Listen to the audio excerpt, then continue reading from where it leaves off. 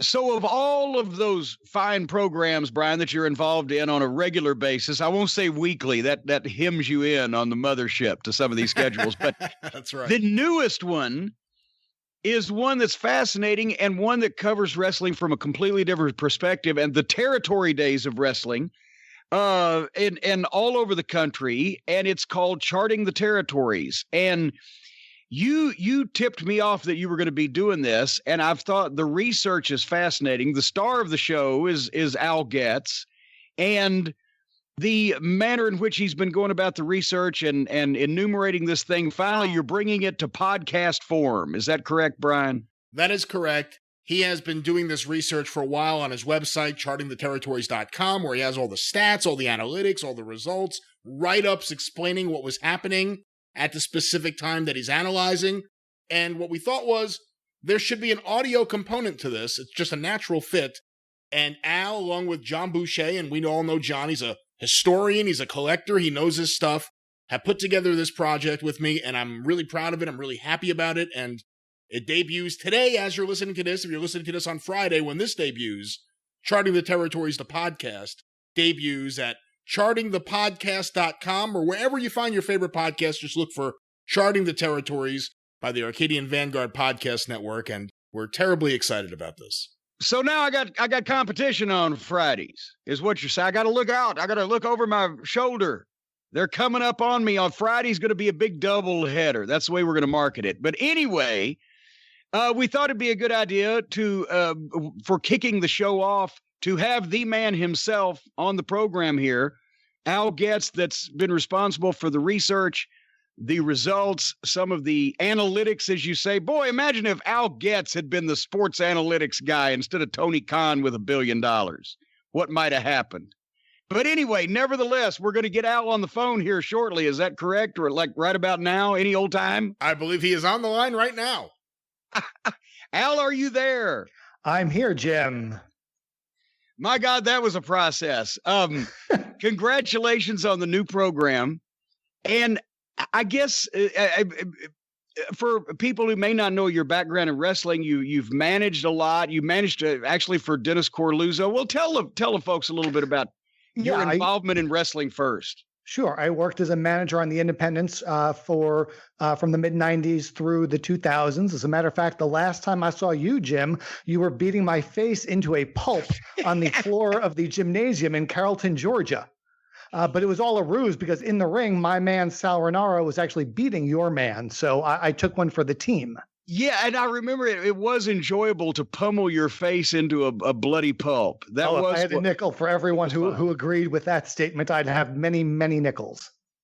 But nevertheless, but now that you have grown out of your childish ways, and we like me, we've all grown up and got out of the wrestling business, you're still fascinated by it. And you started compiling these results. And I mean, this actually was research where you were going around different places around the country before the pandemic hit, right? Correct. For about a year and a half, I was traveling mostly through the former Watts and McGurk areas. So Oklahoma, Louisiana, parts of Arkansas, Mississippi, etc., to fill in the blanks on a lot of house show results that are not part of the collective, that are not in the historical websites and books as of yet, and actually use your book to fill in a lot of blanks for 1984, because you had a lot of listings for shows from your records where the only thing we knew was the Midnight Express match, but I was able to use those dates to go to that newspaper and find the ads for the entire show. Well, yeah, that's what I've been influencing a lot of the modern day researchers, because at least on some of those spot shows, Laranja, Louisiana, or, Hope, Arkansas at the Watermelon Festival or whatever, there was no real way to determine where those spot shows took place or when, because there was no rhyme or reason. You could look in the Baton Rouge newspapers or New Orleans or Oak City or all the major towns, and you knew every couple of weeks you're going to see an ad for a show, but the spot shows were just everywhere. So at least when you know that we were in Bunkie, Louisiana on such and such date, you can go, if there is indeed a newspaper in Bunkie, or was at that time, you can go to it and say, well, there's the card. And sometimes even the results. So it's just record keeping in wrestling, even by the boys and the companies, was so haphazard and or non-existent that now the people who are really trying to get a grip on how business was in the territories, you got to go and you got to do the research. The only method of advertising that has lived on, the posters have all been pulled down, the tapes have been erased, but you got the newspapers. Correct. And in addition to going to libraries, there are a few subscription sites online that actually have searchable indexes for many newspapers. So you can type in Danny Hodge, Jack Briscoe, so on and so forth, and see what comes up. Of course, if you look for Jerry Brown or Joe McCarthy, you get a lot of false positives. And there's someone named Terry Taylor. I bet Governor Jerry Brown has had a few false positives in his time, but nevertheless, I digress. Yeah, that's the thing is, you have to, and once again, there's wrestling material, as I found from research on my Louisville book and stuff that John Cosper tipped me to, that you can find some things in the strangest places. With the police used to do a police benefit show here once a year. And that was generally the biggest wrestling event of the year in the 50s. But if you wouldn't get it by typing in wrestling, you'd type in police or whatever. Nevertheless, the thing now that you have tracked a lot of these results down, and you've got runs for JYD in 1980, the year of the blinding angle, and you've got, as you said, the Midnight and Magnum TA and a bunch of us in 84 Mid-South. You've even got Dusty Rhodes in 1971 when he was a single heel in the McGurk territory and working with guys like Sputnik Monroe, which I would wish I could have seen those matches. But then you got to be the one to explain this to me. You've assigned a ways to quantify how the guys were used and how important a rivalry or a feud was, or a guy's run in the main events, by quantifying a variety of things. And that is henceforth the title. Imagine this: charting the territories. You're making a chart. We got a lot of big marks, so I know it's good. I know it must be really valid because we got high marks. But how have you come up with this? Explain this to me, Ricky. Well, the idea was, and if you're like me, the first thing I looked at when I bought the Apter mags back in the 80s was the ratings. They had the top 10 ratings for each territory.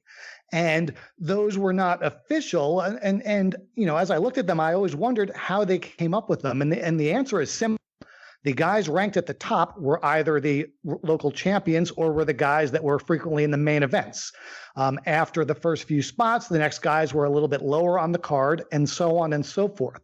And I basically invented a way out of thin air to take a wrestling card, which in the days of the territories, there was a very specific order. It wasn't like nowadays where they have hot matches to open the show and then they have peaks and valleys. Back then, back in those days, sometimes guys would walk out if they fucking showed up and saw they were jerking the curtain.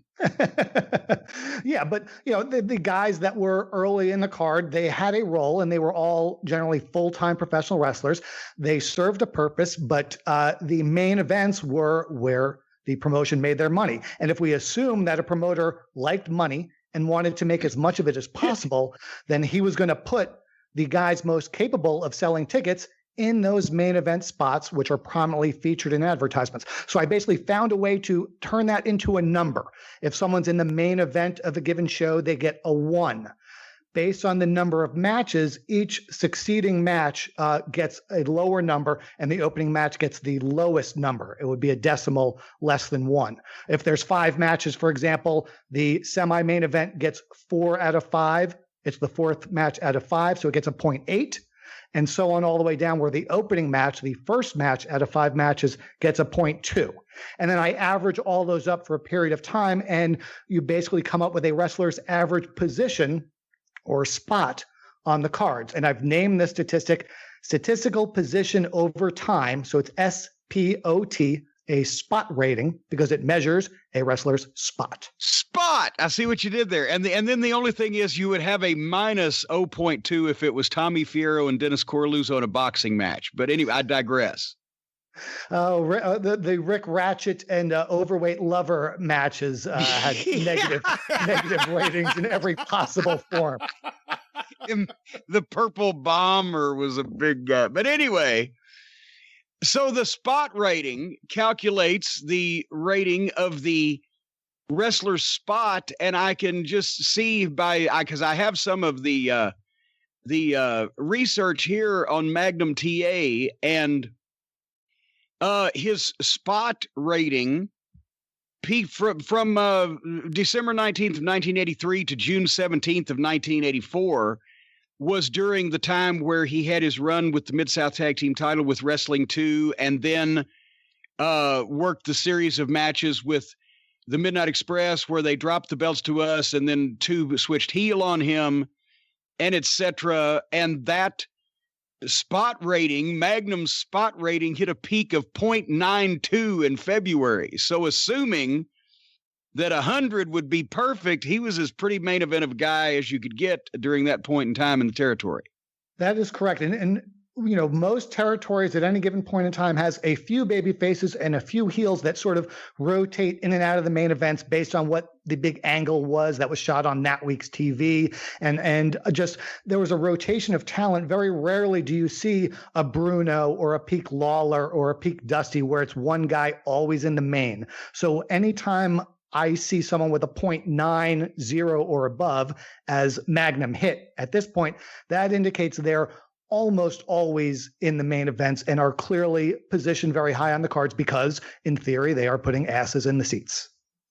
Well, there you go. And then by the same token, the Feud Score. Explain the Feud Score to us. FEUD. Yes, and again, I came up with a very witty acronym. It stands for Frequent Encounters Using Data.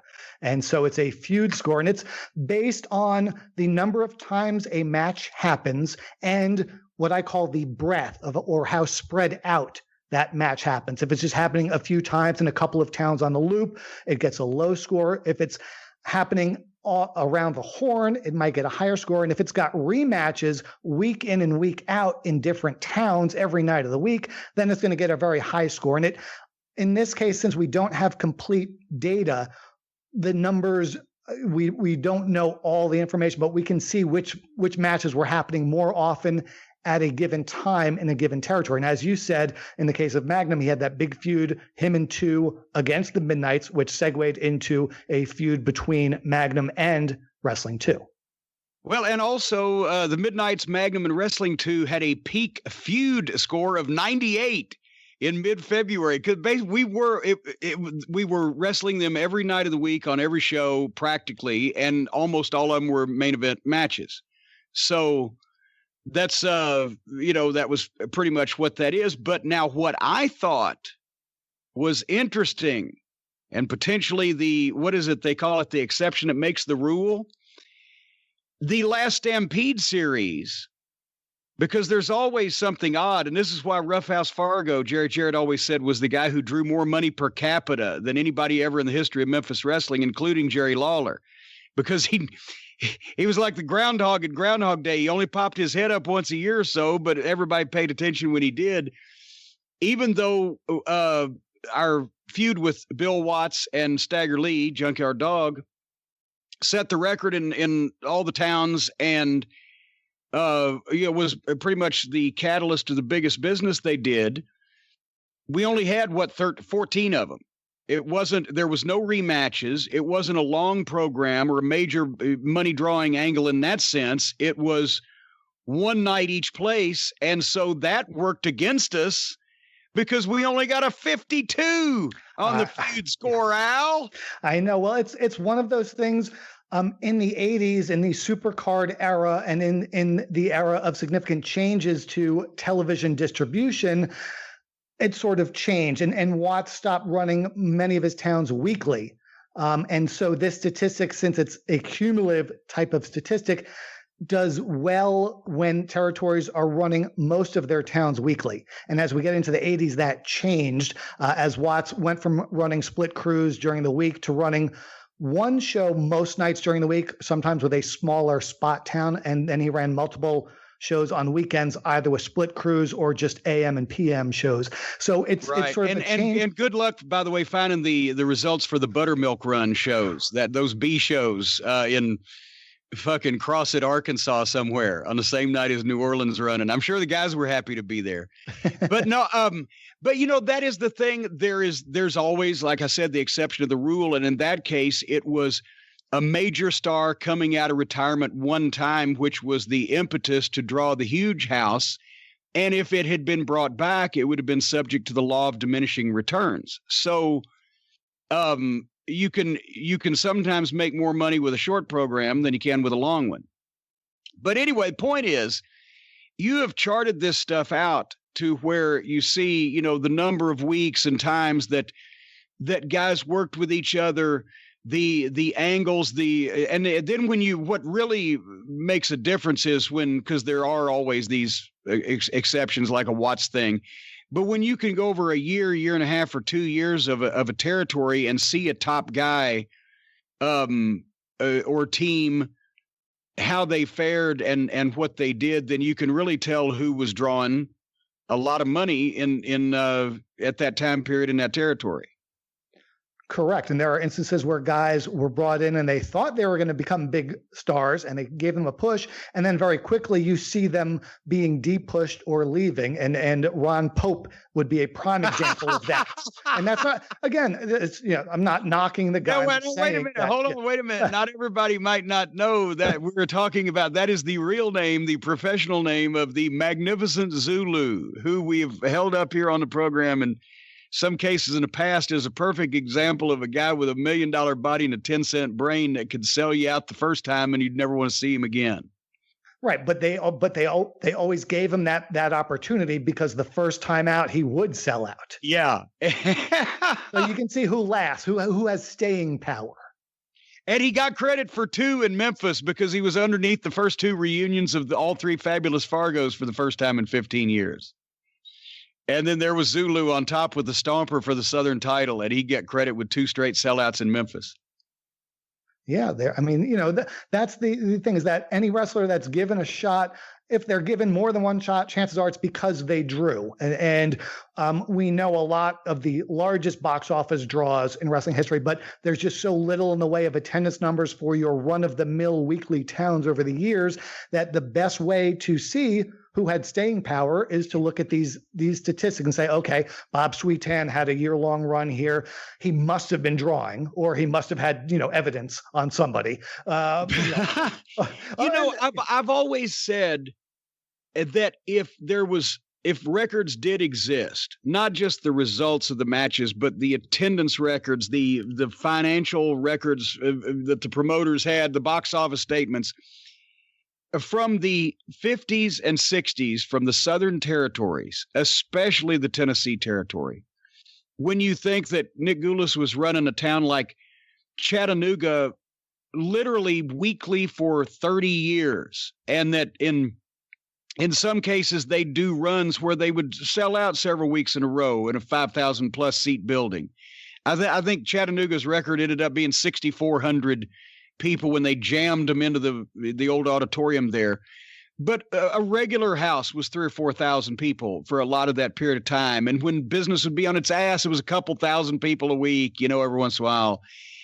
If you were able to find those statistics and add those all up, I guarantee you a guy like Jackie Fargo sold more individual tickets, probably at cheaper prices in smaller buildings, than for some periods of the 50s and 60s than a guy like Vern Gagne, just because of the repetition and the sheer numbers of, yes, Vern Gagne is working huge Midwestern cities, Chicago, Minneapolis, etc., on a limited schedule that he dictated himself. And even when the AWA ran 15 times a month, he didn't work 15 times a month. And meanwhile, Jackie Fargo's drawing fucking 20,000 people a week between Nashville, Chattanooga, Birmingham, and Memphis. So these things are all very wrestling nerdy and interesting. Yeah, there's so much data that we don't have. And what the idea is what I did. I used the thing we have the most of, and that is the lineups as they're advertised. We might not have results for all of these shows, but there is information that can be gleaned from the advertisement. And so we have more of that than anything else. I've got between 1959 and 1986 for the McGurk/Watts territory, I've got about 14,700 shows, and I'm probably only about 2/3 complete. I'm probably missing another 7,000 of the Crossit Arkansas of the world. Wow.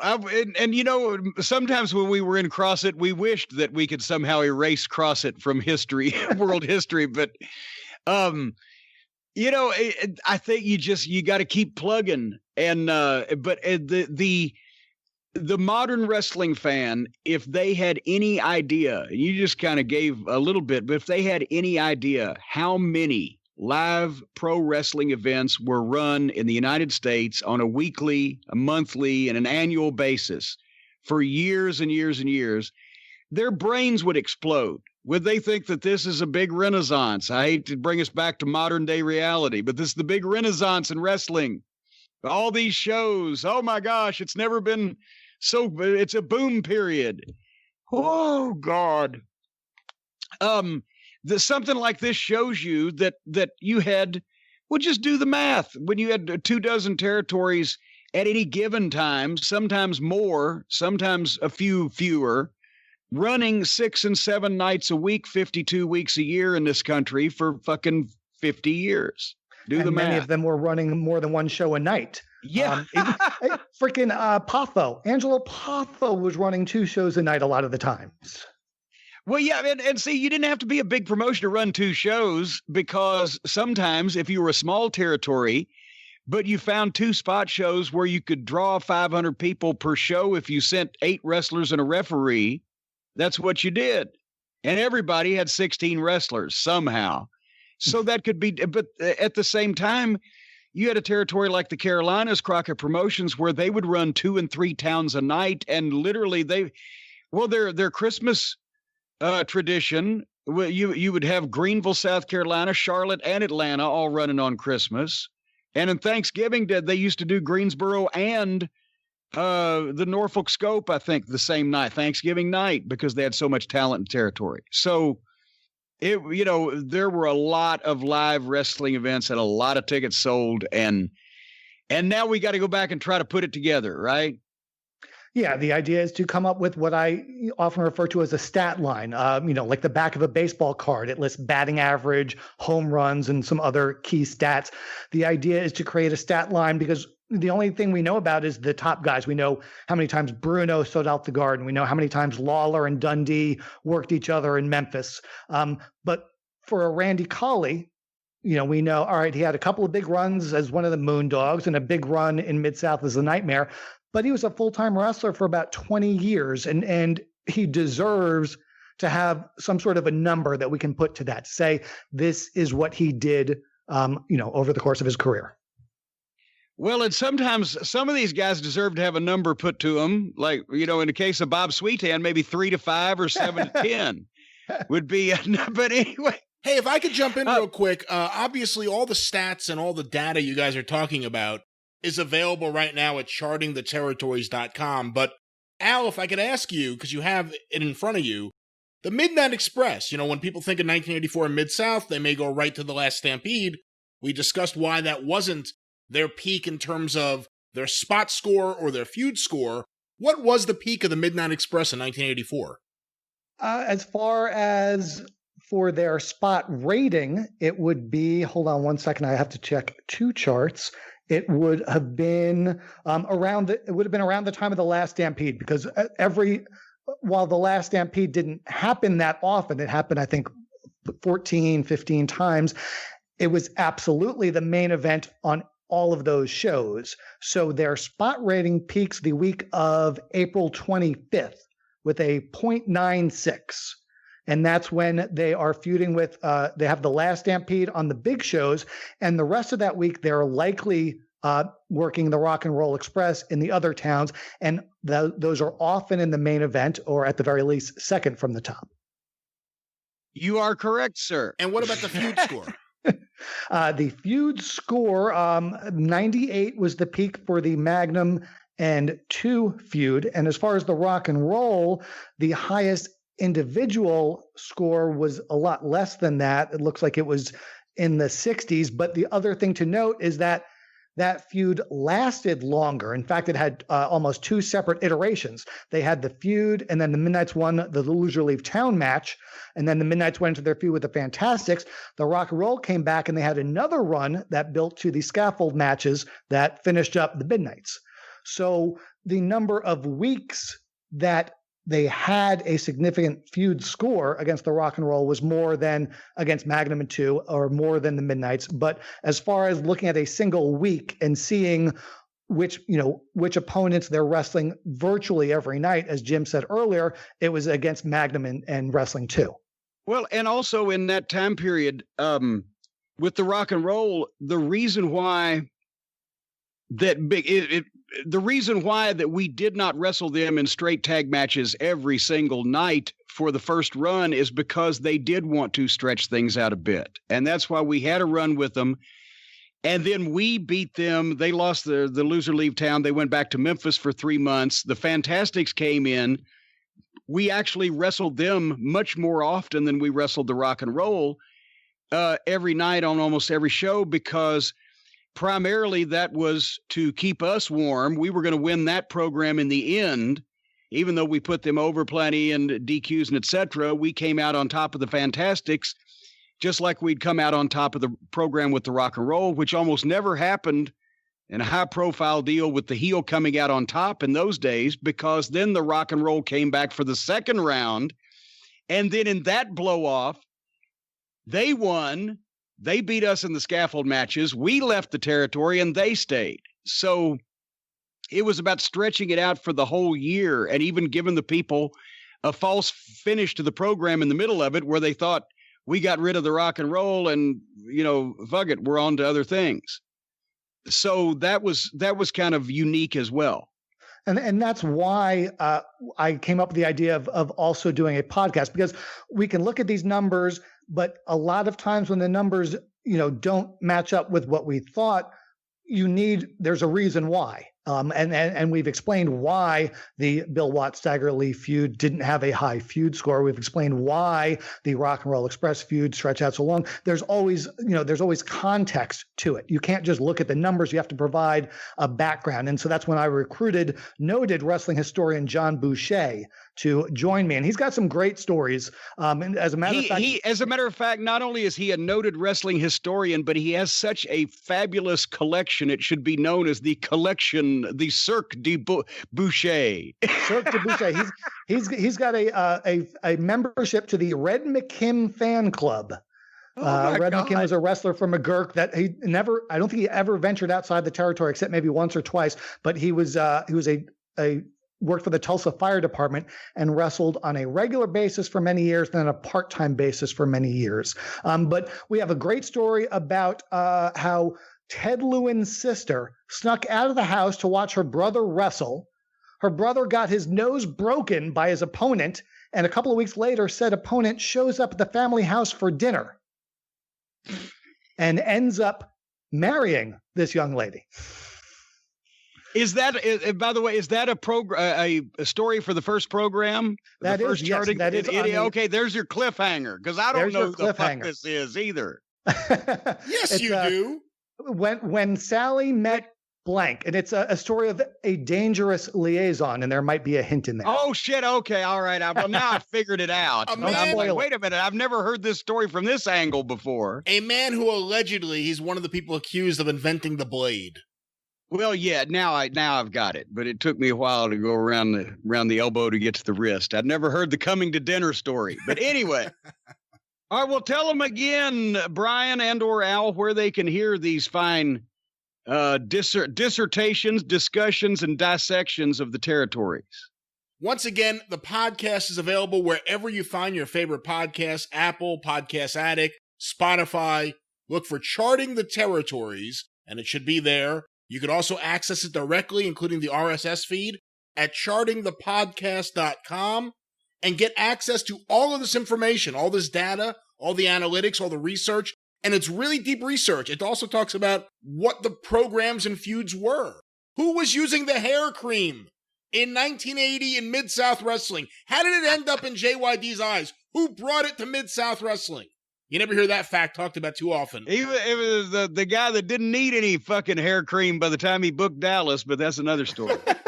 Well, you can get that information at chartingtheterritories.com. And like I said before, really excited to have this on the network. And I'm sure that Al is happy to be on your fine network, Mr. Last, and this outlaw show as well that we do over here over in the corner. But Al, thank you for coming, and thank you for attempting to explain to a statistical layman like me. But it's basically what it's going to do is provoke a lot of conversation about who was doing what in the territories. And since we have nothing worthy of talking about in the way of wrestling these days, at least that's a refreshing change. Thank you, Al. I appreciate it. My pleasure, Jim. Thanks for having me. And thank you for being had. And Brian, what the heck are we going to do now?